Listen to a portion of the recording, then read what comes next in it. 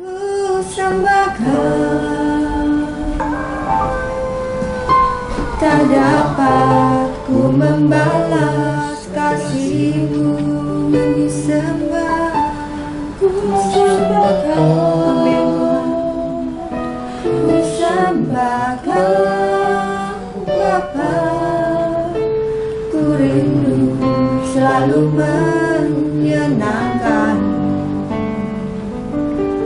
Ku sembah Kau, ku sembah Kau, tak dapat ku membalas kasih-Mu. Kami datang untuk menyembah. Ku sembah Kau, ku sembah Kau Bapa, ku rindu selalu menyenangkan. Sekali lagi ku sembah Kau, ku sembah Kau, ku sembah Kau, tak dapat ku membalas kasih-Mu. Amin. Ku sembah Kau, ku sembah Kau Bapa, ku rindu selalu menyenangkan. Kami rindu Tuhan, ku rindu selalu menyenangkan. Ku rindu selalu menyenangkan-Mu. Kami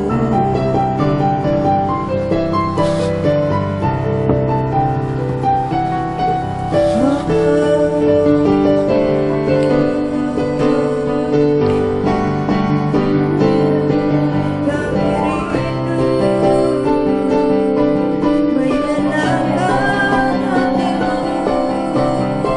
Yesus.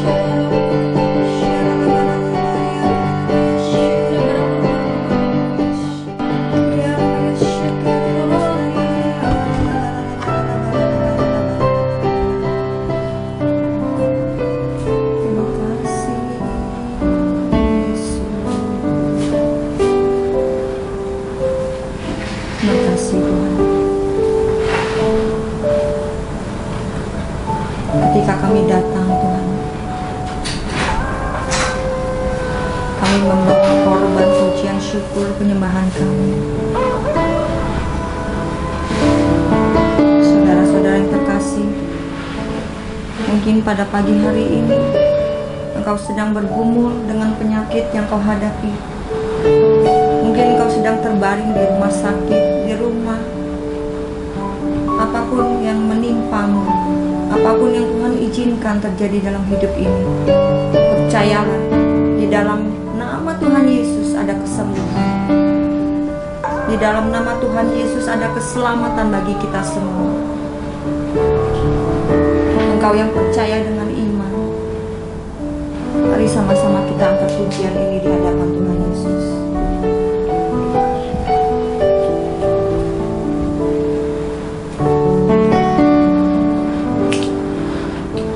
Dalam nama Yesus ada kesembuhan. Dalam nama Yesus ada keselamatan. Yang buta melihat, yang lumpuh berjalan. Dalam nama Yesus ada mujizat. Nama Yesus, nama Yesus, nama Yesus yang sembuhkanku. Nama Yesus, amin. Nama Yesus yang pulihkanku. Saudara engkau yang percaya, yang pagi hari ini datang mau mencari wajah Tuhan, mari sama-sama kita angkat pujian ini sekali lagi.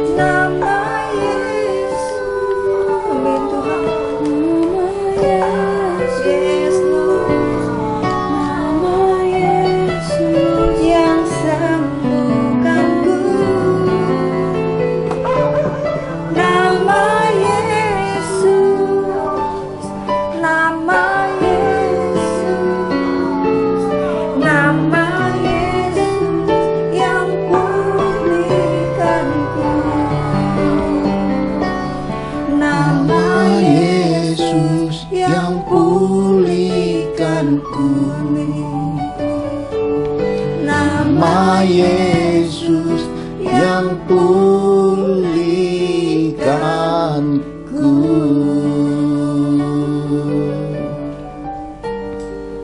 Kami percaya dalam nama Yesus Kristus Tuhan kami dari Nazaret. Nama yang berkuasa di bawah kolong langit, hanya satu-satunya nama Yesus. Nama yang menyelamatkan, nama yang menyembuhkan, nama di mana kami berdoa mukjizat terjadi. Terima kasih Tuhan untuk anugerah-Mu yang luar biasa. Berkati kami pada kesempatan yang luar biasa ini. Di bulan kami merendahkan diri, di bulan kami berdoa, dan di bulan kami melakukan kehendak Tuhan ini. Anugerahkan kasih-Mu bagi setiap kami. Terima kasih Bapa. Penuhi kami dengan Roh-Mu, penuhi kami dengan hikmat, pengertian, dan pengenalan yang benar akan Engkau. Curahkan kasih-Mu, belas kasihan-Mu, kemurahan-Mu, kebaikan-Mu, kasih sayang-Mu bagi kami semua. Di dalam nama Tuhan Yesus kami telah berdoa dan mengucap syukur. Mari semua kita yang cinta Tuhan sama-sama katakan amin. Shalom Bapak Ibu yang terkasih di dalam Tuhan. Hari ini tak terasa merupakan hari keempat dari masa berdoa dan merendahkan diri. Ada dimensi yang berbeda. Mengapa saya berkata ada dimensi yang berbeda? Karena lihatlah, beberapa hari sebelum kita memasuki masa merendahkan diri, berdoa, mencari wajah Tuhan, sesuatu sudah terjadi dimulai dari kota Makassar. Kalau Tuhan sudah perintahkan sesuatu, berarti kita harus taati Tuhan, karena sesuatu akan terjadi. Tetapi di kemah kediamannya, di kediaman orang-orang beriman, orang-orang yang taat, orang-orang yang cinta dan takut akan Tuhan, para malaikat mengelilingi kediaman mereka. Engkau tertidur dalam pelindungannya, engkau terjaga dalam anugerahnya, dan semua aktivitasmu, keluar masukmu diberkati Tuhan. Saudara terkasih, saya ingin mengajak saudara melihat suatu dimensi yang berbeda, karena ada banyak kali dalam kehidupan ini, ada banyak sekali silang sengketa keadaan-keadaan rohani, di mana ada banyak juga pendapat berkata, enak orang Kristennya masuk surga. Tapi sebagian lagi mendakwa dan berkata, tuh ada firman yang berkata, bukan yang buat mukjizat, bukan yang berseru padaku, bukan yang lakukan keajaiban, ini itu masuk surga. Enyah kamu pembuat kejahatan. Tuh orang-orang yang berkarunia dihakimi. Kemudian ada lagi yang berkata, nggak apa-apalah, ya, sekali Yesus kita nggak apa-apa kok, nggak akan ada dosa kok, nggak akan masuk neraka lagi, pokoknya seterusnya lah, udah abadilah, ya. Silang pendapat ini, mari kita cari titik temunya melalui parameter kebenaran firman Tuhan. Di saat kita berdoa, merendahkan diri, mencari wajah Tuhan, Roh Kudus ingin kita belajar lebih dalam lagi akan hukum-hukum Tuhan yang tertulis dalam kitab suci. Nah saudara, mari lebih dulu kita melihat sebuah dasar yang menjadi sebuah pedoman, petunjuk, perintah, peringatan, dan pesan penting dari Tuhan Yesus. Mari bersama-sama kita buka Matius 7 ayat 12 sampai yang ke-14. Matius 7 ayat 12 sampai yang ke-14. Segala sesuatu yang kamu kehendaki supaya orang perbuat kepadamu, perbuatlah demikian juga kepada mereka. Itulah isi seluruh hukum Taurat dan kitab para nabi. Masuklah melalui pintu yang sesak itu, karena lebarlah pintu dan luaslah jalan yang menuju kepada kebinasaan, dan banyak orang yang masuk melaluinya. Karena sesaklah pintu dan sempitlah jalan yang menuju kepada kehidupan, dan sedikit orang yang mendapatinya.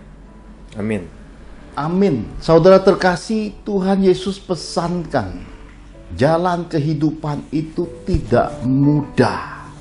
Jadi hari ini apabila kita mengalami tekanan kehidupan, diderah dalam kehidupan, mengalami berbagai macam pencobaan, hal-hal yang membuat kita terluka dalam kehidupan. Itu memang sudah dipesankan. Konsekuensi orang yang ingin cari sorga dalam kehidupan, selagi hidup, selagi ada di dunia ini, akan mengalami hal-hal yang memilukan seperti itu, saudara terkasih. Kita tahu bahwa Tuhan sudah peringatkan, sedikit orang mendapati. Artinya akan ada banyak orang lari dari proses, akan ada banyak orang pergi meninggalkan Tuhan, akan ada banyak orang kompromi dengan kehidupan, bahkan akhirnya memilih dengan alasan kebutuhan, dengan alasan gak tahan, gak tega melihat penderitaan keluarga, mereka langgar firman Tuhan. Ada banyak orang kompromi, kemudian pada akhirnya menganggap, ya sudahlah, ya inilah hidup. Ada banyak kali dalam kehidupan ini kita melihat orang-orang berguguran, iman-iman diletakkan, dibuang, dicampakkan. Kita menemukan satu angkatan berjalan dalam pertobatan, dalam waktu, dalam lahir baru yang sama, ternyata hanya hitungan tahun. Ada banyak yang hilang, banyak yang dipanggil, sedikit yang dipilih. Dari sedikit yang dipilih, lebih sedikit lagi yang didapati Tuhan yang setia. Saudara terkasih, dikatakan masuklah. Tuhan Yesus berkata masuklah. Ini berarti satu perintah, satu tarikan roh, suatu dorongan iman. Jangan ragu, meskipun pintunya sesak, masuklah. Meskipun hal ini berarti ada banyak hal kita mesti lepaskan yang disebut dengan kenyamanan. Kita mesti menahan lagi suatu keadaan yang seharusnya tidak perlu kita tahan, tidak perlu kita alami. Tapi Tuhan berkata, masuklah dengan segala konsekuensinya, dengan bagaimana kita harus membuat diri kita masuk lagi pada zona-zona tidak nyaman. Mungkin harus mengambil keputusan-keputusan hidup yang tidak populer. Kesesakan-kesesakan itu, Tuhan berkata, teruslah jalan dan masuk. Karena apa? Karena pintu yang sempit, jalan yang menuju kehidupan itu, ada banyak orang tidak mau masuk lagi. Ada banyak orang meninggalkannya. Tapi Tuhan berkata kepada Anda, kepada keluargamu, kepada orang-orang yang mengasihi Tuhan, tetap tinggal, tetap berpegang pada panggilan Tuhan, tetap setia di jalan salib ini, tetap melakukan semua perintah-perintah Tuhan, abaikan diri, setia menyangkal diri, abaikan kebutuhan, percaya Dia Bapa yang baik, Dia akan memelihara hidup kita. Maka dimensi-dimensi kehidupan ini akan membawa kita masuk pada pemahaman hukum roh, hidup di dalam roh, berbeda dengan hukum Taurat, hidup menurut keinginan daging, saudaraku. Luar biasa sekali apa yang Roh Kudus sampaikan kepada saya, saudara terkasih, karena ada banyak sekali sorga menurut kepercayaan. Ada banyak sekali sorga-sorga agama. Ada banyak sekali sorga-sorga yang dihasilkan oleh para manusia, saudaraku. Kesempatan ini saya ingin mengajak saudara melihat sorga Yesus Kristus, sorga anak domba Allah, sorga Sang Pencipta semesta alam. Mari bersama kita melihat Wahyu 20 ayat 11 sampai yang ke-15. Wahyu 20 ayat 11 sampai 15. Hukuman yang terakhir. Lalu aku melihat suatu tahta putih yang besar dan Dia yang duduk di atasnya. Dari hadapannya lenyaplah bumi dan langit dan tidak ditemukan lagi tempatnya. Dan aku melihat orang-orang mati, besar dan kecil, berdiri di depan tahta itu. Lalu dibuka semua kitab dan dibuka juga sebuah kitab lain, yaitu kitab kehidupan. Dan orang-orang mati dihakimi menurut perbuatan mereka, berdasarkan apa yang ada tertulis di dalam kitab-kitab itu. Maka laut menyerahkan orang-orang mati yang ada di dalamnya, dan maut dan kerajaan maut menyerahkan orang-orang mati yang ada di dalamnya, dan mereka dihakimi masing-masing menurut perbuatannya. Lalu maut dan kerajaan maut itu dilemparkanlah ke dalam lautan api. Itulah kematian yang kedua, lautan api. Dan setiap orang yang tidak ditemukan namanya tertulis di dalam kitab kehidupan itu, ia dilemparkan ke dalam lautan api itu. Amin. Saudara terkasih, kalau kita baca pesan Tuhan di dalam Wahyu 20 ayat 11 sampai 15 ini, kita akan menemukan keadilan Yesus bagi seisi dunia ini. Karena itu dia disebut juru selamat dunia, dan di sisi lain dia adalah hakim segala hakim bagi dunia ini.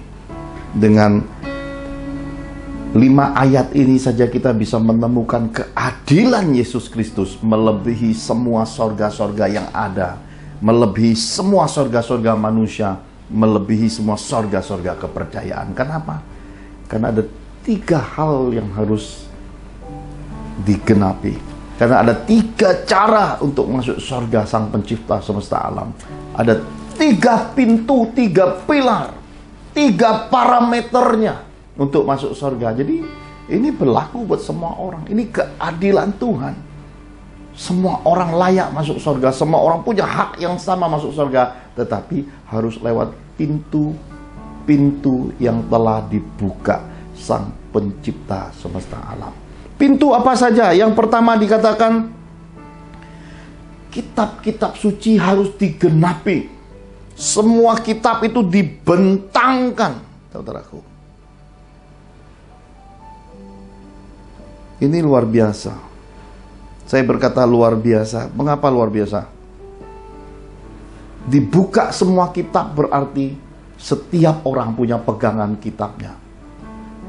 Mungkin ada yang akan bertanya, Pak Johan, terus kalau yang tidak beragama bagaimana? Ada kitabnya. Hati nurani. Jadi semua orang itu ada parameter hukumnya, ada kitabnya masing-masing. Menurut agamanya, menurut kepercayaannya, dan menurut hati nuraninya. Kitab suci sudah menjabarkan bahwa hukum nurani itu berpadanan dengan hukum Taurat. Sadar tidak sadar, mau tidak mau, terima tidak terima, semua orang yang tidak punya kepercayaan, tidak punya agama, disandingkan dengan kitab Taurat. Saudara, secara sederhana saya bagikan, ada 10 hal penting di dalam kitab Taurat yang merupakan perintah Tuhan. 10 hal ini semua hati nurani umat manusia memahaminya. Yang pertama dikatakan, jangan menyebut nama Tuhan Allahmu dengan tidak hormat dan cintai Tuhan, itu yang pertama. Yang kedua, jangan menyembah berhala. Yang ketiga, kuduskanlah hari Tuhan. Yang keempat, hormati ibumu, ayahmu, agar lanjut umurmu, panjang umurmu. Yang kelima, jangan membunuh. Yang keenam, jangan berzina. Yang ketujuh, jangan mencuri. Yang kedelapan, jangan bersaksi dusta. Yang kesembilan, jangan mengingini istri milik sesamamu. Yang kesepuluh, jangan mengingini milik sesamamu. Nah, 10 perintah Allah dalam Taurat ini dasar dari hukum nurani juga, dasar dari hukum Taurat juga, saudaraku. Karena itu, apa yang saya sampaikan sejak awal tadi, suatu pemahaman, penghakiman, suatu dakwaan, permintaan pertanggungjawaban terhadap kekristenan ini yang dituliskan dalam Matius 7 ayat 20 sampai 23. Jadi dari buahnya lah kamu akan mengenal mereka. Bukan setiap orang yang berseru kepadaku, Tuhan, Tuhan, akan masuk ke dalam kerajaan sorga, melainkan dia yang melakukan kehendak Bapakku yang di sorga. Pada hari terakhir, banyak orang akan berseru kepadaku, Tuhan, Tuhan, bukankah kami bernubuat demi namamu dan mengusir setan demi namamu dan mengadakan banyak mukjizat demi namamu juga?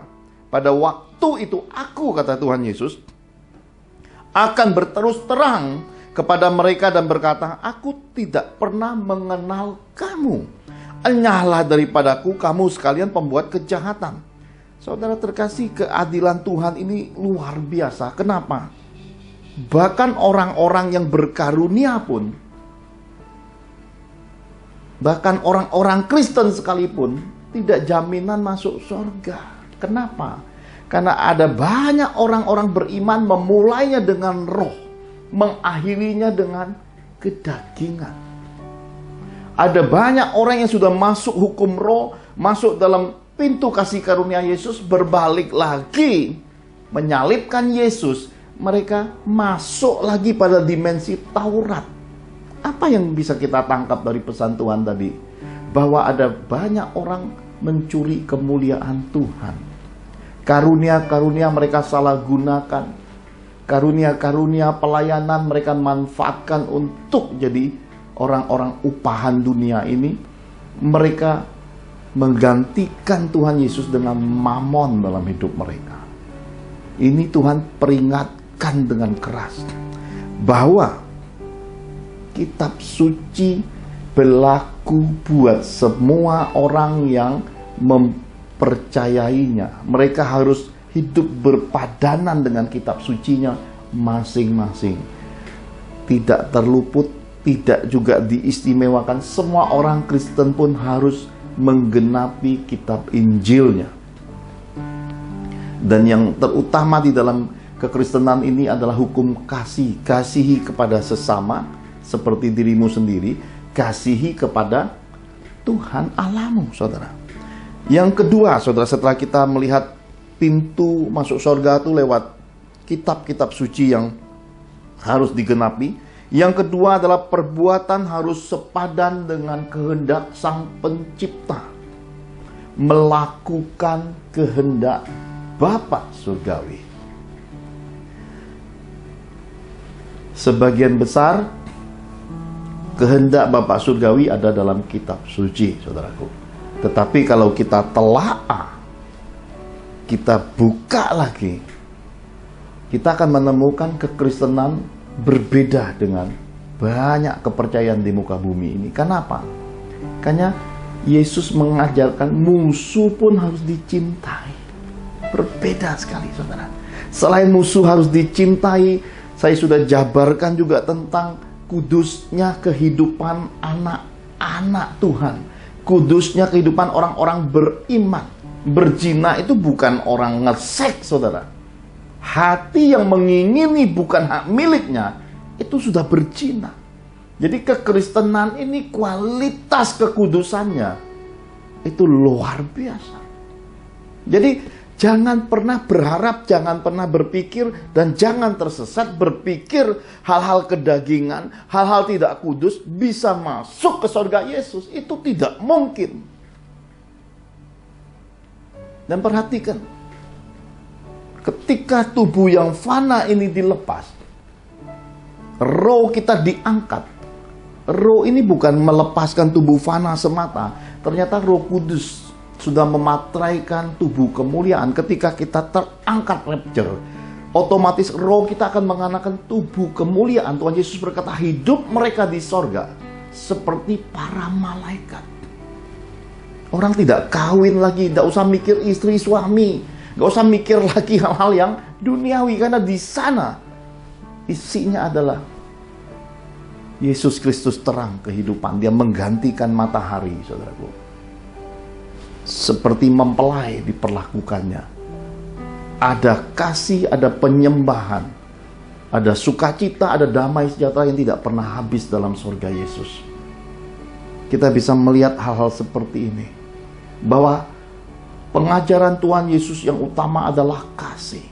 Tidak satu titik, satu iota, satu alasan pun dibenarkan untuk menyakiti orang. Karena musuh pun harus dikasihi. Jadi kita bisa melihat sandingan, perbandingan sorga-sorga yang ada antara sorga Tuhan Yesus Kristus dengan sorga-sorga yang lain. Wah, jauh sekali. Berbeda sekali. Perlakuannya mulai dari semasa kita hidup, karena dia disebut Tuhan Allah yang hidup. Dia Tuhan juga buat kita orang-orang yang masih hidup. Dia juga Tuhan buat kita sesudah kita mati. Jadi parameternya paralel. Antara hidup dan mati itu paralel, saudaraku. Berkesinambungan. Karena itulah kita diperingati, terus ditegur, terus dikoreksi semasa kita hidup. Supaya apa? Supaya jembatan kehidupan ini tidak putus.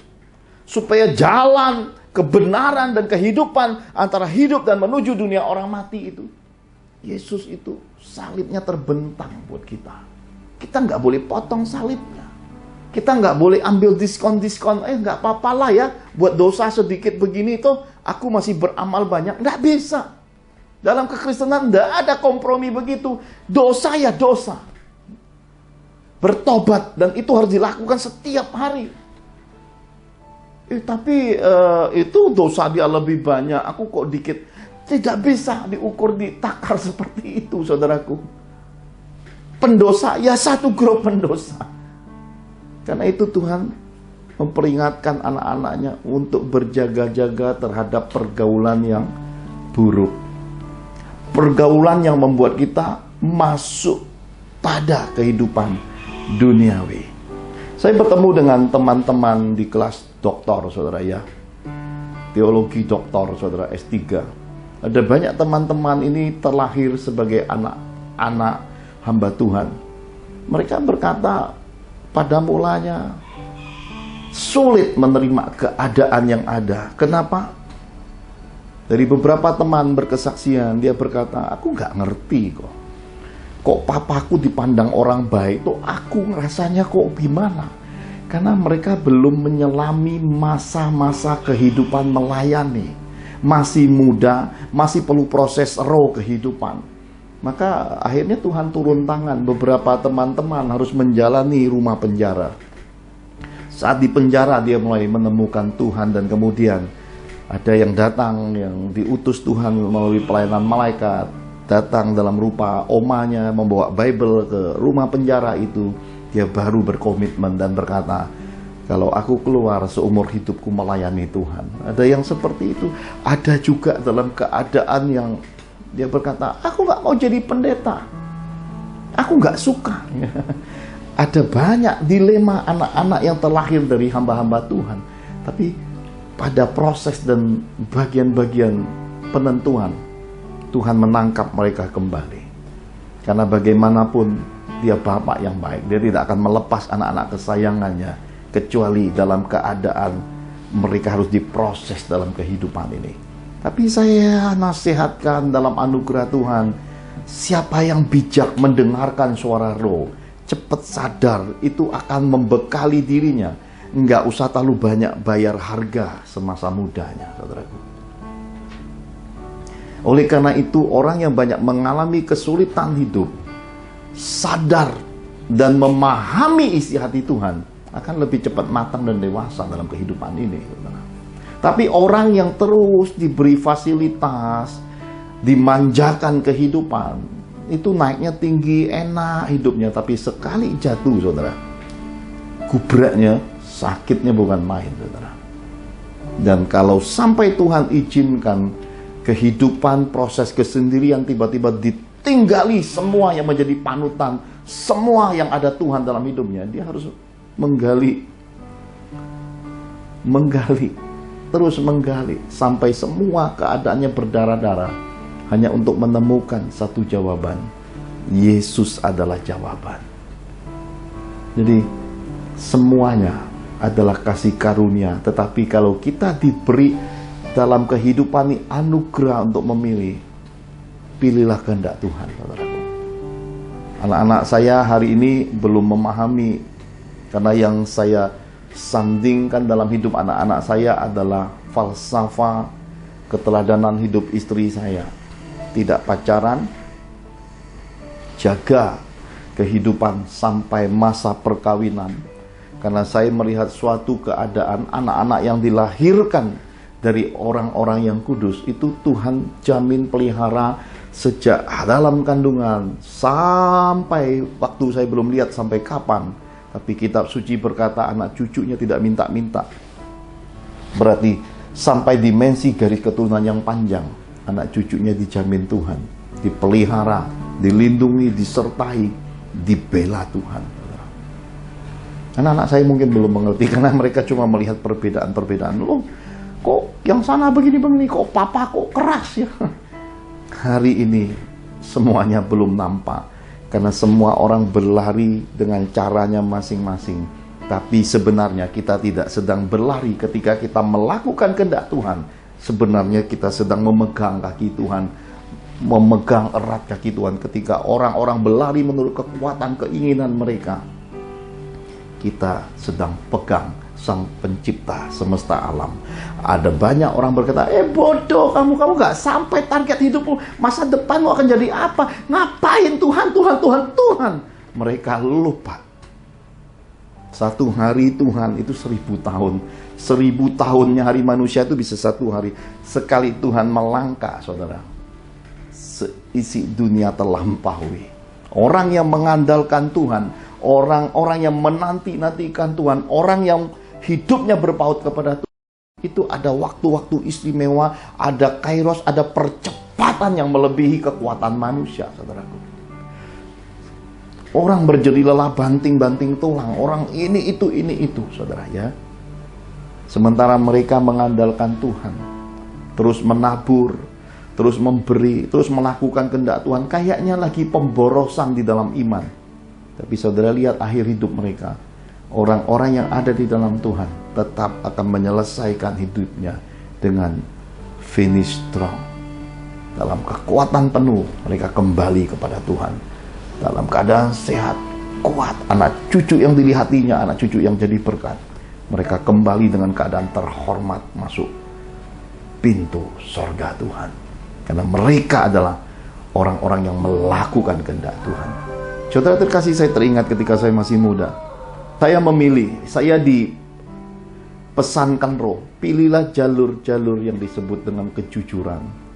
Sulit sekali saudaraku. Kenapa? Orang jujur itu biasanya dibenci sama orang-orang yang tidak jujur, saudara. Ya. Orang jujur itu cenderung dibully, dikucilkan, dijauhi, saudara. Kenapa? Ya karena mereka duri bagi orang-orang yang dursilah di dunia ini. Tetapi saudara, orang-orang jujur itu karib dengan Tuhan. Jalan hidup mereka diatur Tuhan. Tidur mereka, makan mereka dijamin Tuhan.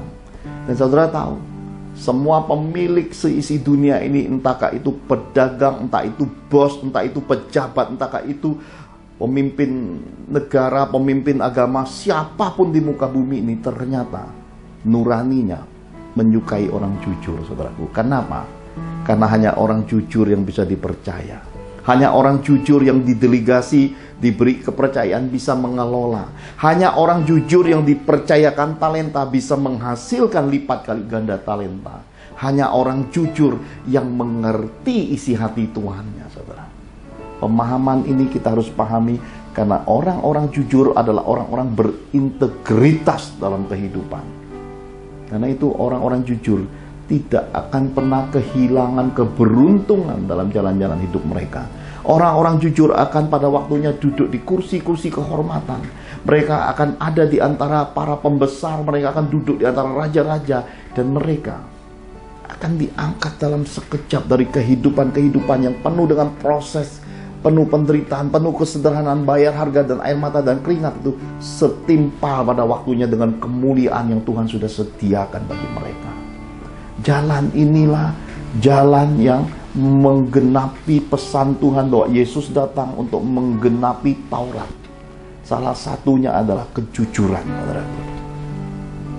Karena itulah Tuhan Yesus membentangkan dirinya di atas kayu salib. Saudara berpikir dalam kehidupan ini dengan pikiran yang keliru karena saudara melihat dalam dimensi kacamata manusiamu. Saudara tidak pernah menempatkan dirimu pada dimensi roh Tuhan. Kalau saudara baca kitab suci baik-baik, saudara akan menemukan Tuhan Yesus itu mengalah untuk disalibkan, saudara.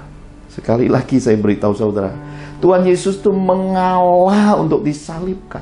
Mengapa dia mengalah untuk disalibkan? Dia bisa panggil laksaan malaikat untuk menolong dirinya. Dia bisa menghidupkan orang mati, mengadakan mukjizat.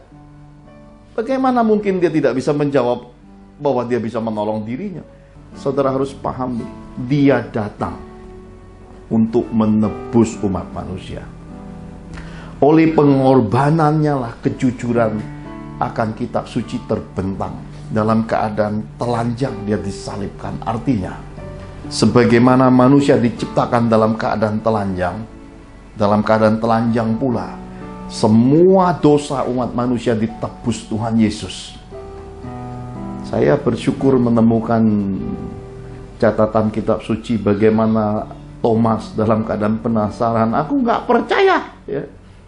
Kejujuran ini masih dipunyai anak-anak Tuhan. Kalau aku belum tusuk ya, belum pegang jari tangan berlobang, belum pegang lambungnya yang berlobang itu, aku nggak percaya. Kamu bilang apa nggak percaya? Tuhan Yesus datang. Dan saudara bisa menemukan dalam catatan kitab suci, pegang kata Tuhan Yesus, tusuklah, rasain lubang-lubang pada tangan, pada lambung. Karena itu saudara, itulah Paskahnya, Paskah anak domba. Paskah itu hanya pengucuran darah penebusan, tetapi sebenarnya itu sebuah pergantian dari anak perjanjian. Generasi keturunan yang akan melahirkan Kristus ini sudah digantikan anak domba Allah. Karya tebusan untuk seisi dunia ini sudah Tuhan berikan melalui Tuhan Yesus Kristus. Lihat darahnya tertumpah, lihat dia hidup, karena roh menghidupkan. Dan kita harus menyadari bahwa seluruh umat manusia darahnya akan tertumpah. Tidak ada setetes darah pun layak masuk ke sorga. Hanya yang termaterai roh kebangkitan Yesus layak masuk surga. Itulah Paskah Yesus. Itulah makna Paskah yang paling mendalam. Keselamatan melalui karya penebusan anak domba Allah di dalam Yesus Kristus Tuhan kita. Dan ketika Tuhan dalam satu anugerahnya membawa saya datang ke India, melayani bangsa India, melihat jejak-jejak pelayanan Rasul Thomas, menemukan cerita Rasul Thomas. Ternyata Rasul Thomas adalah seorang arsitek yang diberi bekal oleh Raja India dengan kekayaan, dengan penghasilan. Ternyata uangnya dibagi-bagi, saudara. Proyeknya dia nggak kerjain. Kenapa? Dengan iman, proyek lahiriah yang diminta Raja India digantikan Thomas dengan kerajaan roh.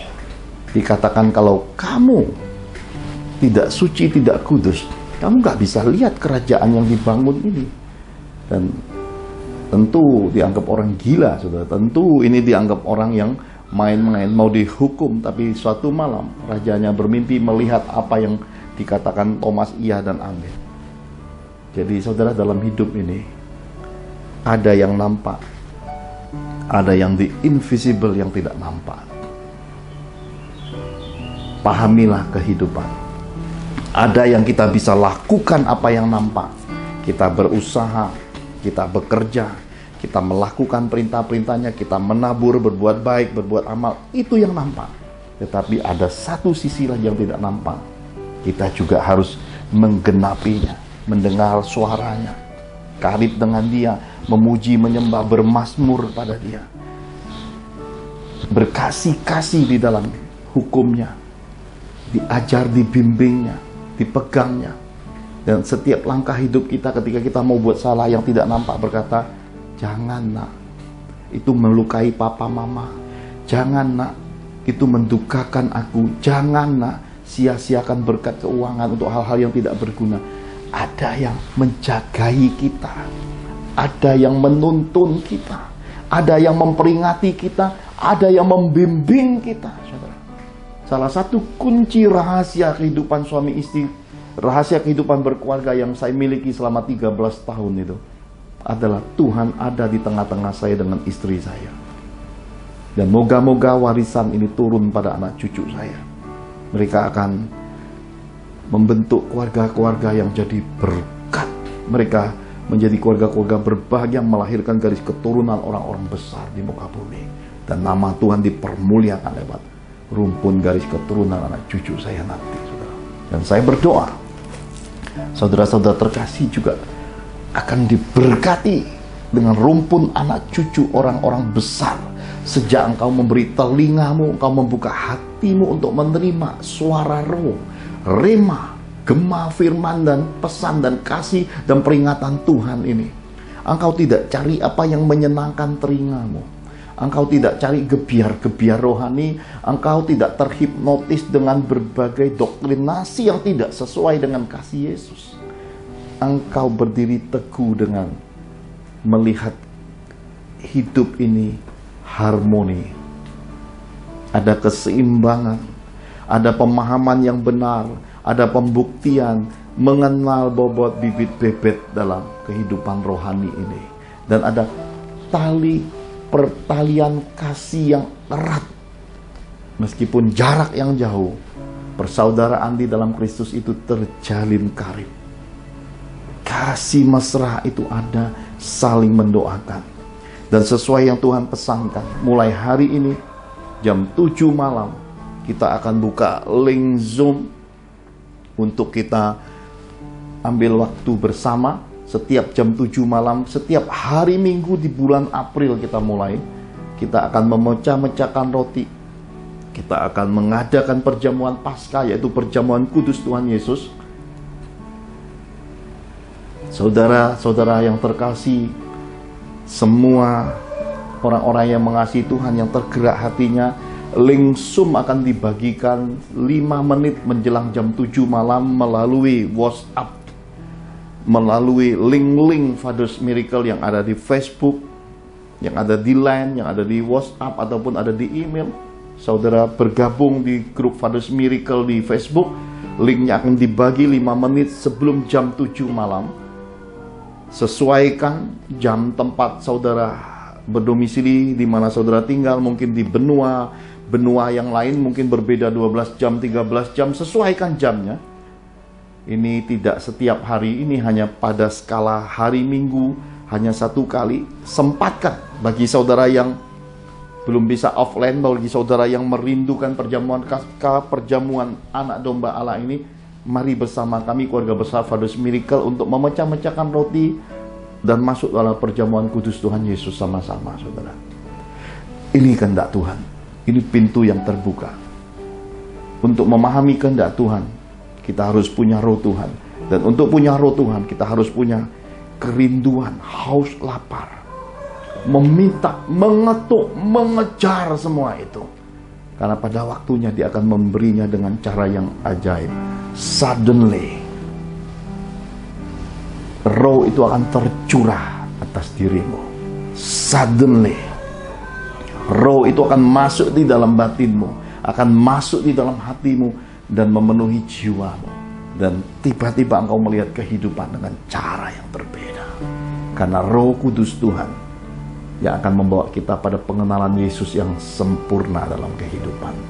Nah, saudara terkasih, yang ketiga yaitu kasih karunia melalui Tuhan Yesus. Namamu, nama keluargamu tercatat di dalam kitab anak domba. Saya percaya ini sudah Tuhan gariskan sejak di dalam kandungan. Tuhan sudah memilih kita. Dan ketika dia memilih kita, proses kehidupan akan menentukan apakah benih pilihan itu akan bertumbuh dan berbuah lebat. Kesadaran sekali lagi, pertobatan sekali lagi. Semakin cepat kita sadar, semakin cepat kita bertobat, akan semakin cepat membawa kita masuk pada dimensi kemuliaan dan kegenapan janji-janji Tuhan di dalam hidup kita. Nah, saudara, 3 hal ini merupakan keadilan Tuhan, harus disadari oleh seluruh umat manusia. Surga Yesus Kristus terbuka, dan lewatlah 3 pintu ini, 3 jalan ini. Barang siapa sanggup menggenapi kitab sucinya, masuklah surga. Barang siapa sanggup melakukan kehendak Sang Pencipta semesta alam, masuklah pintu surganya. Barang siapa ternyata beroleh kasih karunia di dalam Yesus Kristus, lewat pintu Yesus masuklah surgamu. Masing-masing orang punya surganya. Maka nanti kita melihat di hari penghakiman anak domba, ditata the judgment day itu, kita menemukan suatu kesimpulan yang layak, yang ternyata benar-benar bisa masuk di dalam surga Yesus hanyalah yang namanya tercatat di dalam kitab Anak Domba. Ada orang-orang bertanya kepada saya begini, Pak Johan, Bapak berkata harus menggenapi kitab suci agamanya masing-masing. Saya berkata, benar. Lalu dia bertanya, berapa persen Pak kami harus melakukan perintah-perintah agama? Wah, pertanyaan yang luar biasa. Berapa persennya? Saya memberi pemahaman kepadanya bahwa di dalam kitab suci Injil, di dalam pengajaran kasih Yesus, tidak disebutkan persentase, saudaraku. Karena kalau kita bicara persentase, kita masuk pada logika dan hitungan dunia, ya. Kalau sudah main logika hitungan manusia, akan mudah sekali bermain manipulasi. Akhirnya sorga bisa dibeli, pertobatan bisa dibeli, semua ditakar, akhirnya menuju pada titik mamon lebih berkuasa. Duit mengatur segalanya. Sorga Yesus tidak bisa dibeli dengan semua itu. Duit tidak berpengaruh apa-apa di sorga Yesus, saudaraku. Lalu, bagaimana dimensinya? Sorga pada aturan manusia bukan sorga untuk semesta alam. Pahami ini. Sorga pada aturan manusia bukan sorga untuk semesta alam. Itu hanya pada kalangan tertentu. Ya, sebatas untuk orang-orang tertentu, itu sorga mereka. Itu bukan sorga Sang Pencipta semesta alam. Sorga Sang Pencipta semesta alam yang saya sudah bagikan 3 pintu 3 jalan sorga tadi, saudaraku. Sorga pada aturan manusia pakai logika. Sorganya itu adalah sorga yang kerdil. Kalau saudara pahami dan sedikit lihat, isinya hanya membenarkan manusia. Isinya hanya menguntungkan orang-orang yang menciptakannya. Isinya hanya alasan-alasan di dalamnya, saudaraku. Pada akhirnya kita melihat pertentangan-pertentangan antara sorga-sorga bersyaratnya dengan kasih Yesus. Semua itu tidak sempurna.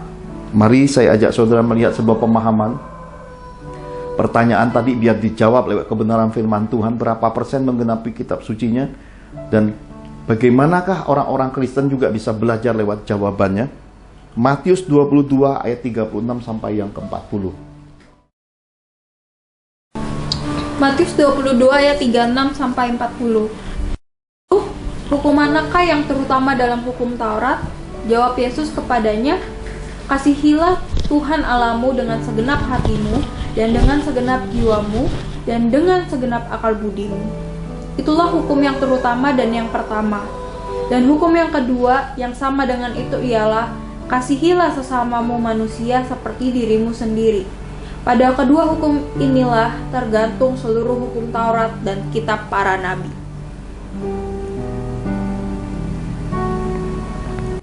Amin. Saudara terkasih, bukan persentase. Karena 100% pun melakukan perintah-perintah agama, nggak jamin masuk surga, saudara. Ya, nggak jamin masuk surga. Tapi harus melakukan perintah-perintah itu dengan segenap hati. Karena persentase manusia itu bisa dimanipulasi. Ada banyak orang, saudara ya, hidupnya mencuri, korupsi, supaya kelihatan rohani, dia beramal. Uang amalnya bukan uang dirinya, tapi sebenarnya hasil mencuri. Tapi kita bisa lihat, wah persentasenya luar biasa loh, orangnya dermawan loh. Dermawan menurut logika dan persentase manusia. Menurut Tuhan ternyata dia tidak lakukan menurut ukuran hati. Karena ukuran hati memberi dari apa yang ada padanya, dari damai sejahtera, dari hasil yang tidak menyakiti, dari hasil yang tidak melanggar firman Tuhan, saudaraku. Pemahaman ini kita mesti tangkap. Karena apa? Karena di dalam hidup ini Tuhan akan membuktikan kepada kita bahwa betapa pentingnya kata segenap hati. Bahkan dikatakan segenap jiwa, segenap akal budi. Artinya kita kalau mau ikut Tuhan, kalau kita mau lakukan perintah-perintah Tuhan tuh jangan ada hitungannya. Jangan ditakar-takar lagi. Sudah, pokoknya kerjakan. Dengan kita melakukannya, firman akan kembali di dalam hidup kita. Jadi buah jadi pembuktian bahwa Tuhan itu ada. Dan di dalam kehidupan kita bisa melihat perbedaan mencolok orang-orang yang melakukan kehendak Tuhan, hidup di dalam Tuhan, berpadanan dengan kasih Tuhan. Dan firman itu akan iya dan amin lewat hidup mereka. Nah, satu firman Tuhan lagi saya ingin bagikan Bapak Ibu yang terkasih untuk melihat benarkah persentase manusia, benarkah takaran manusia itu tidak jamin orang masuk surga. Matius 19 ayat 16 sampai yang ke-26. Matius 19 ayat 16 sampai dengan yang ke-26. Demikian Tuhan berfirman, ada seorang datang kepada Yesus dan berkata, Guru, perbuatan baik apakah yang harus kuperbuat untuk memperoleh hidup yang kekal? Jawab Yesus, apakah sebabnya engkau bertanya kepadaku tentang apa yang baik? Hanya satu yang baik. Tetapi jikalau engkau ingin masuk ke dalam hidup, turutilah segala perintah Allah. Kata orang itu kepadanya, perintah yang mana? Kata Yesus, jangan membunuh, jangan berzina, jangan mencuri, jangan mengucapkan saksi dusta, hormatilah ayah dan ibumu, dan kasihilah sesamamu, manusia seperti dirimu sendiri. Kata orang muda itu kepadanya, semuanya itu telah kuturuti, apalagi yang masih kurang? Kata Yesus kepadanya, jikalau engkau hendak sempurna, pergilah, jualah segala milikmu dan berikanlah itu kepada orang-orang miskin, maka engkau akan beroleh harta di sorga. Kemudian datanglah kemari dan ikutlah aku. Ketika orang muda itu mendengar perkataan itu, pergilah ia dengan sedih, sebab banyak hartanya. Yesus berkata kepada murid-muridnya, Aku berkata kepadamu, sesungguhnya sukar sekali bagi seorang kaya untuk masuk ke dalam kerajaan sorga. Sekali lagi aku berkata kepadamu, lebih mudah seekor unta masuk melalui lubang jarum daripada seorang kaya masuk ke dalam kerajaan Allah. Ketika murid-murid mendengar itu, sangat gemparlah mereka dan berkata, jika demikian, siapakah yang dapat diselamatkan? Yesus memandang mereka dan berkata, bagi manusia hal ini tidak mungkin, tetapi bagi Allah segala sesuatu mungkin. Amin. Amin. Kata orang muda, kata orang kaya itu kepada Tuhan Yesus, semuanya itu telah kuturuti, apalagi yang masih kurang. Persentasenya udah 100%, saudara. Orang kaya melakukan perintah-perintah agama, melakukan perintah-perintah Tuhan 100%. Dermawan, hormat orang tua, kasih sesama 100%, saudara. Tapi ketika saudara mengejar sorga Yesus, pada dimensi ingin sorga yang sempurna di dalam kehidupan ini, saudara harus siap dengan pertukaran, saudara. Karena apa yang terikat di bumi ini nggak bisa terbawa ke sorga.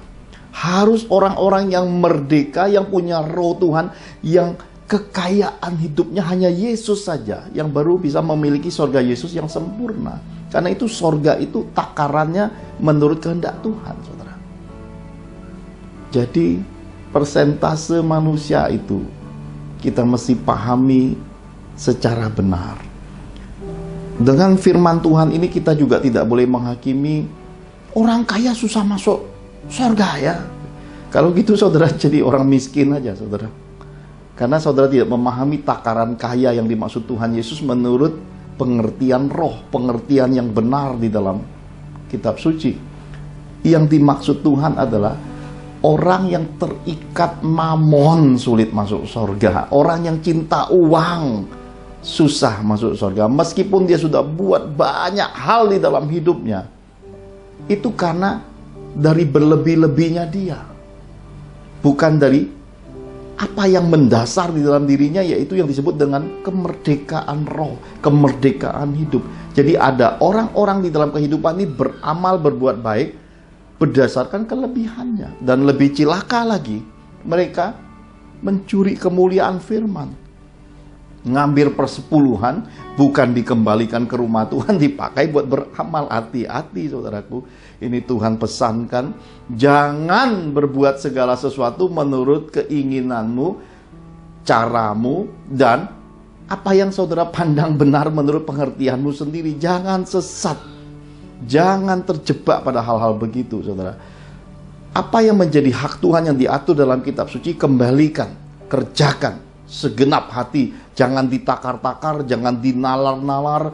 Jangan karena ada sedikit saudara dengar kesaksian kejatuhan, dengar oknum rohani, saudara dengar hal tidak memberkati, saudara merubah haluan firman, saudara tafsirkan firman, kerjakan firman, lakukan firman menurut pengertianmu sendiri. Jangan, saudara. Itu berbahaya di dalam kehidupan. Kenapa? Karena saudara sudah jadi imam sendiri, saudara sudah jadi nabi sendiri, saudara sudah jadi Tuhan sendiri. Jangan.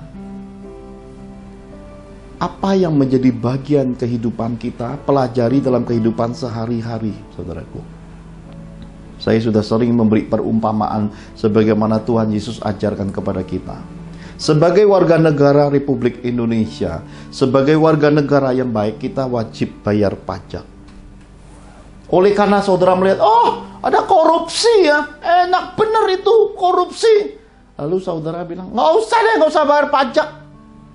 Uang pajak saudara sumbang ke anak yatim piatu, ke panti jompo ya. Saudara dermakan, saudara buat kegiatan sosial, bangun jembatan, tetap saudara masuk penjara. Di dunia aja berlaku hukum yang seperti itu, hukum sorga pun semestinya saudara pahami berlaku hal yang sama. Hukum adalah hukum dan Tuhan mencintai hukum. Kembalikan yang menjadi hak Tuhan, kembalikan apa yang diatur kitab suci menurut hukum-hukum Tuhan. Kalau saudara ingin berbuat sesuatu yang lebih sesudah saudara menggenapi dengan segenap hati perintah-perintah Tuhan, lakukan dengan kelebihan dari kekurangan dari bagian yang saudara sendiri punya. Masih ada bagian-bagianmu di dalamnya. Dan semua itu akan jadi persembahan harum kehidupanmu di hadapan Tuhan, saudaraku. Jadi kita bisa melihat betapa kita harus melakukan kitab suci dengan segenap hati itu dimulai dari pemahaman pengertian yang benar. Oleh karena kesimpang siuran, oleh berbagai-bagai kejatuhan, oleh berbagai oknum-oknum rohani, oleh berbagai manipulasi, oleh berbagai bisik-bisikan roh-roh mamon, logika, pikiran-pikiran sempit manusia, pada akhirnya kesimpang siuran firman, kesimpang siuran rohani terjadi. Tetapi saya ingin membawa saudara masuk kepada kemurnian kekristenan. Hiduplah segenap hati di hadapan Tuhan dan raih semua kebenaran dan janji-janji Tuhan semasa hidup sampai kembali ke rumah Bapa.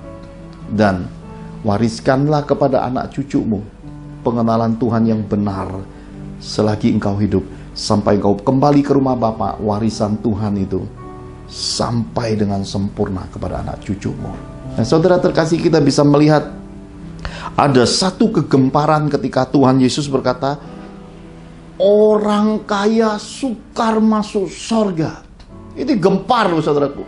Lebih gempar lagi murid-murid ketika Tuhan Yesus berkata, lebih mudah seekor unta masuk lubang jarum. Langsung keluar semua logika, langsung keluar semua perhitungan manusia. Karena itulah di dalam kekristenan ini, hati-hati terhadap sudut pandang, saudaraku.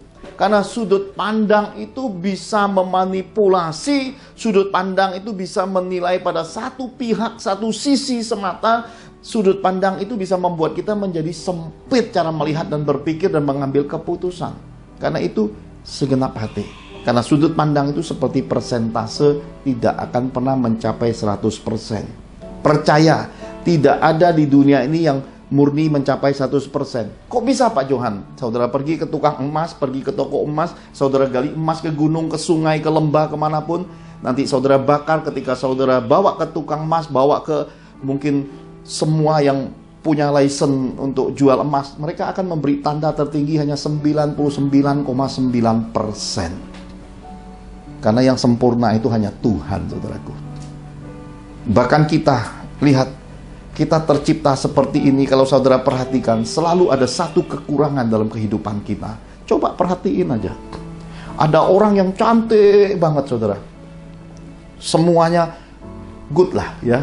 Hidung mancung, bibir seksi, ya, rambutnya bagus, matanya blok, kulit putih bersih, buah bentuk badan semua sempurna. Tapi ketika saudara deket dia, perut dia kentut, bau kentutnya. Tetap aja dia nggak sempurna. Yang lebih luar biasa lagi, ketika saudara jalan sama dia, ketika saudara deket, bau ketek. Tetap aja selalu ada yang ketidaksempurnaan. Karena itulah saudara, di balik ketidaksempurnaan di antara sesama inilah kita belajar kasih disempurnakan ketika kita belajar menerima kekurangan orang lain, saudara. Ya. Sorga adalah bagian kita masing-masing. Jadi sorga jangan didikte orang. Saudara jangan pergi beli sorga, karena sorga sebenarnya nggak bisa diperjualbelikan. Saudara nggak usah memperhamba diri, berpikir dengan cara dekat orang-orang yang diurapi atau orang-orang yang sangat kelihatan rohani. Sekali saudara berpikir, minimal gua ikut masuk sorga. Nggak bisa, dicegat malaikat nanti saudara. Jangan. Sorga itu pribadi kita terhadap firman, pribadi kita terhadap pimpinan roh. Sorga itu pertanggungjawaban kita di hadapan Bapa surgawi. Saudara, Tuhan mengingatkan saya, saudara, tentang pemahaman lebih mudah unta masuk lubang jarum daripada orang kaya masuk surga ini seperti Musa ketemu Tuhan di gunung. Ada dua kelompok orang saat itu. Saudara perhatikan, dalam kekristenan selalu mengajarkan yang terbanyak tidak jamin, yang mayoritas tidak jamin benar, saudara. Ketika Musa memegang loh batu, ada satu orang yang bernama Joshua bin Nun, saudara, menemani dia 40 hari 40 malam. Ada selalu di bawah kaki gunung itu, di dekat-dekat situ. Sementara sekelompok lain di bawah Harun dan Miriam itu sedang menari-nari, sedang membuat lembu emas. Hari ini, saudara, 2020, 2021, 2022 adalah masa pendidikan roh. Berarti ada perhentian bagi orang-orang yang diurapi Tuhan. Orang-orang yang karib dengan Tuhan itu ada perhentian. Ketika saudara melihat mentor-mentor rohanimu sedang berdiam selama 3 tahun ini, pilihannya cuma 2. Saudara ikut duduk diam, mendengar, menantikan, dan saudara menunggu dengan sabar. Saudara akan jadi generasi Joshua dan Kaleb. Tapi kalau saudara nggak sabaran, saudara merasa, oh aku ditinggalkan, kok aku begini, saudara akan sedang membentuk lembu emas di dalam hidupmu. Saudara sedang buat pemujaan Tuhan sendiri, Tuhanmu sendiri, caramu sendiri, kesempitanmu, kedaginganmu, manusia lamamu, bahkan nggak tentu kemungkinan saudara berbalik ke roh-roh yang miskin, kembali ke mistik, okultisme manusia lamamu. Ini Tuhan pesankan.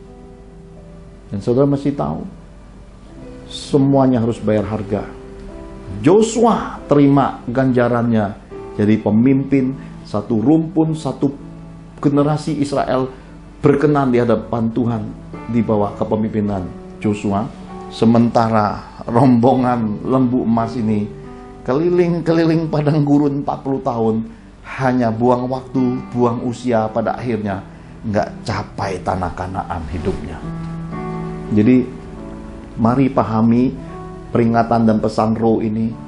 Buah roh diperlukan sekali 3 tahun ini, 2020, 2021, 2022. Karena buah roh ini adalah bagaimana buah ini bermanifestasi dalam diri kita, membuat kita mandiri dalam kehidupan, mandiri bersama Yesus, dan ini akan menciptakan suatu kekuatan iman. Kita bisa beradaptasi, kita bisa lolos dalam seleksi tatanan dunia baru yang sedang terbentuk hari ini. Saudara akan melihat seberapa kualitas iman, seberapa besar Yesus dalam dirimu pada masa 3 tahun ini. 2020, 2021, 2022 ini akan kelihatan dan akan keluar semuanya. Karena apa?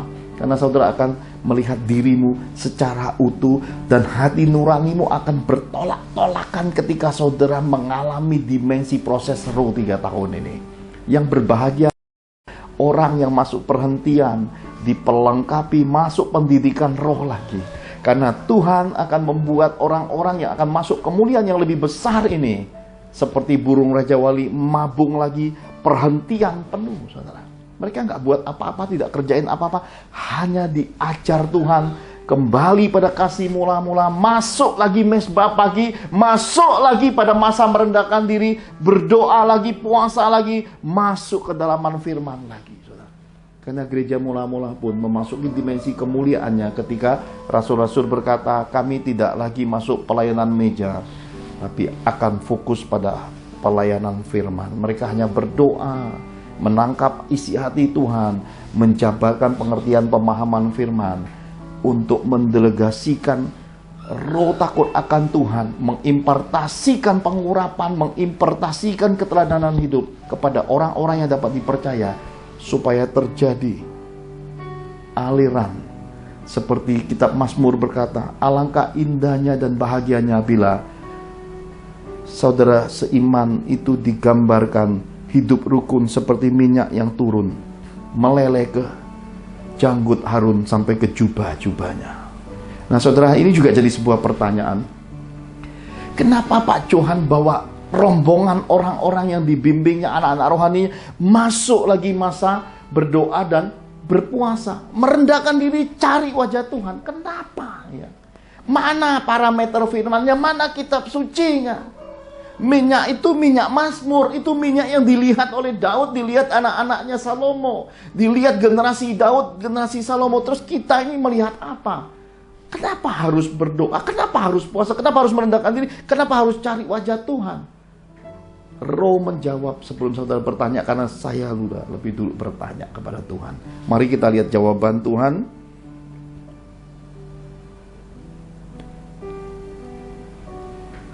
Mari kita buka Wahyu 22 ayat 11 sampai yang ke-17. Wahyu 22 ayat 11 sampai dengan yang ke-17. Demikian Tuhan berfirman, barang siapa yang berbuat jahat, biarlah ia terus berbuat jahat. Barang siapa yang cemar, biarlah ia terus cemar.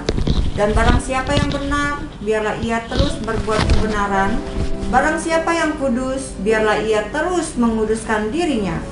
Sesungguhnya aku datang segera, dan aku membawa upahku untuk membalaskan kepada setiap orang menurut perbuatannya. Aku adalah Alfa dan Omega, yang pertama dan yang terkemudian, yang awal dan yang akhir. Berbahagialah mereka yang membasuh jubahnya, mereka akan memperoleh hak atas pohon-pohon kehidupan dan masuk melalui pintu-pintu gerbang ke dalam kota itu. Tetapi anjing-anjing dan tukang-tukang sihir, orang-orang sundal, orang-orang pembunuh, penyembah-penyembah berhala, dan setiap orang yang mencintai dusta dan yang melakukannya tinggal di luar. Aku, Yesus, telah mengutus malaikatku untuk memberi kesaksian tentang semuanya ini kepadamu bagi jemaat-jemaat. Aku adalah Tunas, yaitu keturunan Daud, bintang timur yang gilang gemilang. Roh dan pengantin perempuan itu berkata, marilah. Dan barang siapa yang mendengarkannya, hendaklah ia berkata, marilah. Dan barang siapa yang haus, hendaklah ia datang. Dan barang siapa yang mau, hendaklah ia mengambil air kehidupan dengan cuma-cuma. Amin. Amin. Saudara terkasih, lihat di akhir zaman Tuhan melakukan pembiaran. Masing-masing orang hak azazi, kehendak bebas. Pilih yang kamu mau. Mau berbuat jahat, teruslah buat jahat. Mau cemar, terus cemar ya. Tapi siapa yang ingin hidup benar, ia akan terus berbuat kebenaran. Siapa yang mau kudus, ia akan terus menguduskan dirinya. Ini kata kudus, menguduskan diri, berarti adalah orang yang melakukan perintah Tuhan. Luar biasa, saudara terkasih. Dikatakan ada upah, ya, Aku datang segera dan aku membawa upah, membalas kepada setiap orang menurut perbuatannya. Jadi perbuatan yang dikenan Tuhan adalah melakukan kehendak Tuhan. Berbahagialah mereka yang membasuh jubahnya. Ketika kita melakukan kehendak Tuhan, cari wajah Tuhan, berdoa, merendahkan diri, pintu utama yang terbuka adalah pintu kebahagiaan. Saya berbahagia. Kenapa berbahagia? Karena dengan merendahkan diri, mencari wajah Tuhan, berdoa, berpuasa, saya mulai menyalipkan keinginan daging lagi. Ada kesempatan di dalam Tuhan, ada anugerah Tuhan, boleh melihat keberadaan diri, tidak makan, tidak minum, ya. Bisa melihat juga secara medis, berarti aku akan mengurangi makanan seisi dunia ini. Nggak makan daging, nggak makan ini, nggak makan itu. Ada satu kesempatan yang Tuhan beri. Nah saudara, bahkan saya pernah dengar beberapa cerita orang-orang yang memelihara burung, saudara. Mereka berkata, burung kalau dalam 1 bulan atau dalam 1 minggu dipuasakan 1 hari, itu umurnya lebih panjang daripada yang burung itu makan terus setiap hari, saudara. Ini burung aja berlaku seperti itu. Artinya ketika burung diberi kesempatan tidak makan, umur mereka bertambah oleh karena mungkin bertambah masa sehatnya. Jadi kalau kita lihat ada hal-hal seperti itu berlaku dalam kehidupan, betapa lebih luar biasanya ketika kita meresponi kehendak Tuhan. Berdoa, mencari wajah Tuhan, berpuasa, menurut kehendak Tuhan sendiri. Ini wah, porsinya ganda. Kata membasuh jubahnya, ini Roh ajarkan kepada saya, setiap orang harus basuh jubahnya menurut takarannya masing-masing. Kalau saudara merasa dirimu pelit, berarti pembasuhannya adalah pelitnya diberantas dengan cara hidup bermurah. Salurkan apa yang menjadi pelitnya di dalam hidupmu. Kalau saudara berhitungan dengan Tuhan, saudara takar Tuhan untuk membasuh jubah seperti itu, saudara harus berani mengembalikan semua yang saudara sudah takar. Hitung semua, kembalikan. Kenapa? Karena itu membasuh berarti mengembalikan semua yang pernah saudara curi, saudara hitung, yang pernah saudara lakukan secara manusia kerdil, manusia picik, manusia yang dalam kebodohan, saudaraku. Membasuh jubah di dalam ketidakbahagiaan berkeluarga. Oh, suka ribut, suka berontak, kata-kata kotor, kasar. Nah, untuk membasuh jubah berkeluarga, saudara harus membayar lipat kali ganda kesempatan bersama keluarga untuk mengubah karaktermu, cara bicaramu, hari-harimu. Kembalikan, saudara. Yang berbahagia adalah orang yang menyadari dirinya berbuat salah, berbalik dari tingkah lakunya yang jahat, dan mengembalikan semua kebahagiaan yang pernah terhilang itu semasa kesempatan, semasa masih hidup. Itu adalah kebahagiaan. Ini yang diajarkan Tuhan. Nah, saya ingin bagikan pada dimensi tulisan, versi tulisan bahasa yang lain, kata membasuh jubah ini. Coba kita lihat sama-sama Revelation 22, chapter 14. Revelation 22 verse 14. Blessed are they that do his commandment, that they may have right to the tree of life, and may enter in through the gates into the city. Amen. Amen. Yaitu tulisannya, versi King James Version ya, saudara. Saya terjemahkan bahasa Indonesianya. Berbahagialah mereka yang melakukan, bukan membasuh jubah, tetapi dikatakan berbahagialah mereka yang melakukan perintah-perintahnya, agar mereka berhak. Jadi ketika kita melakukan perintah Tuhan, kita diberi otoritas, kita diberi hak. Apa itu haknya? Berhak atas pohon kehidupan. Dan bukan hanya hak, ternyata diberi juga kasih karunia, materai. Dan mungkin ini free pass. dan dapat masuk melalui gerbang-gerbang ke kota. Jadi ternyata 3 pintu gerbang surga tadi bisa masuk dengan jalan ini, melakukan perintah-perintahnya. Ini ajaib sekali dan luar biasa. Nah, saya mau saudara juga pahami satu tulisan yang lain. Dalam versi net itu New English Translation. Coba kita lihat versinya, Bu Angel tolong bacakan. Revelation 22 verse 14. Blessed are those who wash their robes, so they can have access to the tree of life and can enter into the city by the gates. Amin. Ya, seperti itu. Saudara, terjemahannya bagus juga. Berbahagialah orang yang mencuci jubah mereka. Jadi bukan hanya membasuh, saudara ya. Basuh mungkin lebih sopan bahasanya. Tapi kata mencuci berarti mesti dilepas, mesti digosok. Ada noda pada perbuatan hidup kita tuh mesti dibuang, saudara. Mesti dibaiklin ya, mesti diputihkan lagi. Dan kalau sudah hilang itu, saudara jangan taruh lagi nodanya. Artinya berbalik dari semua tingkah laku dan perbuatan dan tindakan dari perkataan yang tidak jadi berkat dalam kehidupan tuh hilang. Jadi semasa kita berdoa, mendekatkan diri, berpuasa di hadapan Tuhan, itu juga harus mesti menghilangkan semua noda-noda yang menjadi kebiasaan buruk, kebiasaan manusia lama, kebiasaan kedagingan itu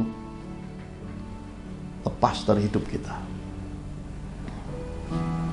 Kita belajar menerima yang baru, yang murni, yang tulus, yang penuh kasih, yang penuh kelembutan, damai sejahtera itu masuk dalam hidup mereka. Berbahagialah orang yang mencuci jubah mereka sehingga mereka dapat mengakses pohon kehidupan dan dapat masuk ke kota melalui gerbang. Ini semua isinya sama, ya. Otoritas kasih karunia diberi Tuhan. Tapi saya ingin saudara memahami dengan jelas juga, saudara. Selain kata berbahagia, juga dikatakan tetapi. Nah, ini yang sebaliknya, kalau tadi berbahagia, yang tidak berbahagia, yang tidak layak, yang tidak pantas, yang tidak dapat bagian adalah anjing-anjing.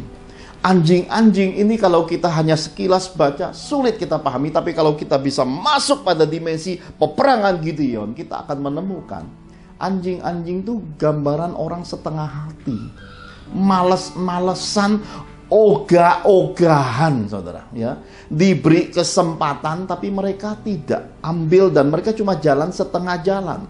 Diberi kepercayaan, mereka tidak bertanggung jawab. Diberi kasih, mereka tidak menghargai kasih itu. Disayang, mereka tidak menyadari dan mereka menolak kasih sayang itu anjing-anjing, saudara. Dan itu nggak masuk surga. Ini ngeri sekali. Dan tukang-tukang sihir itu saudara tahu bukan kayak di film yang pegang sapu ya, yang mukanya panjang meleot ada topinya, bukan. Tukang-tukang sihir akhir zaman ini yang lidahnya seperti ular, ngomongnya negatif, ngejelekin orang ya. Bahkan mukjizat Tuhan pun dihakimi. Pokoknya semua orang di lidahnya itu jelek. Itu tukang-tukang sihir. Ada lidah absintus pada dirinya. Itu tukang-tukang sihir. Itu juga nggak dapat bagian di sorga. Orang-orang sundal saudara tahu lah, saudara. Isinya cuma yang penting gua senang, nggak apa-apa dosa, yang penting gua menang, nggak apa-apalah kita kucilin dia, yang penting gua tetap dapat bagian. Ya, isinya hanya cari keuntungan dirinya di balik semua yang disebut persekongkolan, manipulasi, itu persundalan, saudaraku. Orang-orang pembunuh ya tidak bisa terima saudaranya lebih maju, kesempatannya ditutup. Ini pembunuh ya, jelekin orang lain dan berusaha menghancurkan karir orang lain. Pokoknya nggak bisa terima lah ini, dimusuhi, diceritain jelek. Pokoknya ini itu pembunuh. Bencinya bukan hanya 1 hari, sudah ganti kalender bencinya masih belum hilang, itu pembunuh. Karena pembunuh di dalam Kristen itu, benci itu sudah membunuh, saudara. Penyembah berhala, ya cinta uang itu penyembahan berhala, saudaraku. Melebih-lebihkan diri, menganggap kepentingan diri sendiri, kemudian semua hal dia makan, dia telan hanya untuk diri dia nggak pernah peduli dengan saudara seiman, nggak peduli keluarganya, pokoknya hanya myself, ya, diriku, ya itu. Saudara pahamlah ya, mencintai dusta, ya selalu membalikkan kebenaran, isinya ya seperti itulah, saudara. Pokoknya yang penting gua senang, gua menang di atas penderitaan orang lain, di atas penderitaan keluarga, nggak apa. Hati-hati, saudara. Tabur tuai, apa yang kamu tabur pasti kamu tuai. Tuhan Yesus berkata, yang begitu-begitu nggak ada tempatnya di sorga, di luar semua. Saudara mesti tahu, kata di luar Tuhan Yesus itu sopan banget. Rasul Yohanes tuh rasul kasih, sopan. Sebenarnya bukan di luar sorga. Di luar sorga itu cuma ada satu sisa tempat, neraka tempatnya. Ini firman sebenarnya lembut dan sopan, tapi kalau kita paham isi dalamnya, kita mesti berhati-hati, berjaga-jaga, mesti memahami kitab suci. Aku Yesus telah mengutus malaikatku untuk memberi kesaksian tentang semuanya ini kepadamu. Saya sudah sampaikan pesan Tuhan hari ini. Sorga Yesus penuh keadilan. Sorga Yesus terbuka buat semua orang. Marilah dengan pimpinan Roh Kudus, menurut perintah-perintah Tuhan Yesus, kita masuk dengan kehormatan selagi kita hidup. Dan saat kita selesaikan kehidupan, kita masuk pintu-pintu gerbang itu bersama orang-orang yang kita kasihi, bersama keluarga kita. Kita pulang sorga. Kita tidak pergi, kita tidak mati, tapi kita pulang ke sorga. Anugerah Tuhan buat kita semua. Nanti malam jam 7 malam kita bertemu untuk memecah-mecahkan roti. Zoom-nya Bu Angel akan edarkan di grup Facebook Father's Miracle dan WhatsApp. Saudara yang tergerak silakan bergabung. Kita akan langsung mulai jam 7 tepat. Kita akan masuki perjamuan kudus anak domba, perjamuan kudus Tuhan Yesus.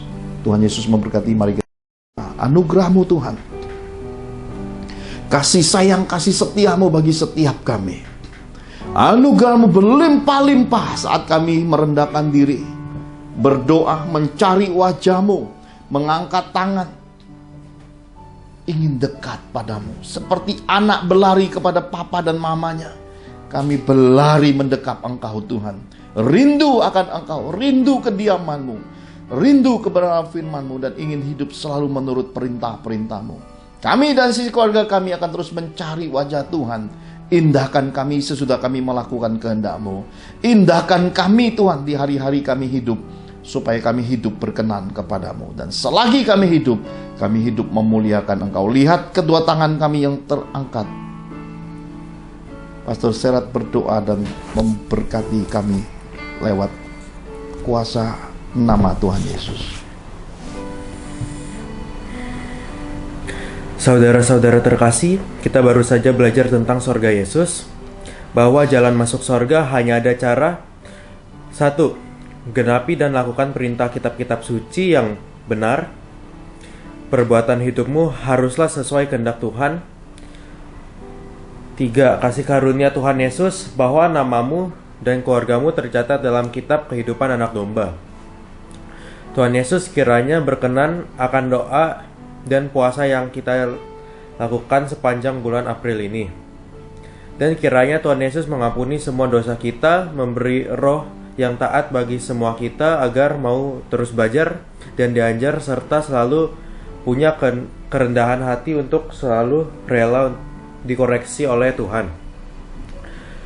Saudara-saudara terkasih, satu langkah ketaatan di dalam Tuhan akan membuka pintu mukjizat dan kelimpahan anugerahnya bagi kita semua. Mari angkat kedua tanganmu dan bersama kita sehati menerima berkat Bapa Surgawi. Dalam nama Tuhan Yesus Kristus terbukalah tingkap-tingkap langit, semua taburan benih dan ketaatan hidup kita beroleh kegenapan firman-Nya. Kita menabur dan menuai, kita dipeliharanya, kita dibelanya, kita disertainya, kita diberkatinya. Maka tercurahlah berkat Bapa Surgawi, engkau akan terus naik dan tidak menjadi turun, engkau akan menjadi kepala dan bukan ekor. Adonanmu, lumbung-lumbungmu, rekening bank, dan kas keluargamu diisi Tuhan penuh. Berkat bangsa-bangsa pun masuk dalam kapasitas hidupmu. Diberkatilah keluargamu, diberkatilah karir bisnismu, diberkatilah studimu, diberkatilah pelayananmu. Dalam anugerah Tuhan Yesus, maka engkau beserta keluargamu akan menerima kasih karunia, kesehatan, keberuntungan, berkat 5 roti 2 ikan, pelipat kali gandaan berkat, jawaban doa, berkat terobosan ekonomi, dan mujizat-mujizatnya yang ajaib. Dalam Roh Kudus, maka engkau beserta keluargamu termaterai hidup di bumi seperti di surga. Kita terima berkat-berkat surgawi ini dalam nama Tuhan Yesus. Sama-sama kita katakan amin. Amin. Selamat Paskah, Tuhan Yesus memberkati.